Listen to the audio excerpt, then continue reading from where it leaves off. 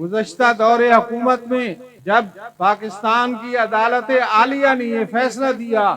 कि मिर्जाइयों को उनकी तबलीग करने की इजाजत दी, तो उस पर तमाम मुसलमानों ने एहतजाज किया और अल्हम्दुलिल्लाह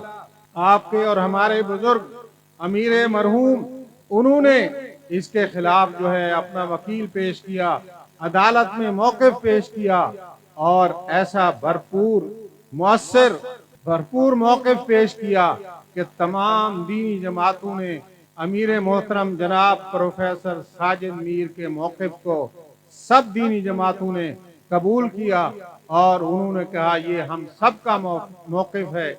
प्रोफेसर साजिद मीर साहब ने जो दलाइल दिए हैं उनके वकील ने, उसके मुताबिक आप फैसला करें। हम सब का यही मौक़िफ़ है और हम प्रोफेसर साजिद मीर के मौक़िफ़ को मानते हैं, इस पे फैसला करें। और अदालत आलिया ने अल्लाह के फजल करम से, अल्लाह की तौफीक से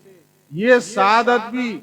आपके हिस्से में लिखी, अदालत के फैसले में लिखा गया कि जो प्रोफेसर साजिद मीर साहब के वकील ने दलाइल दिए उसके मुताबिक फैसला दिया जाता है और तमाम दीनी जमातों ने उस पर इत्तेफाक किया।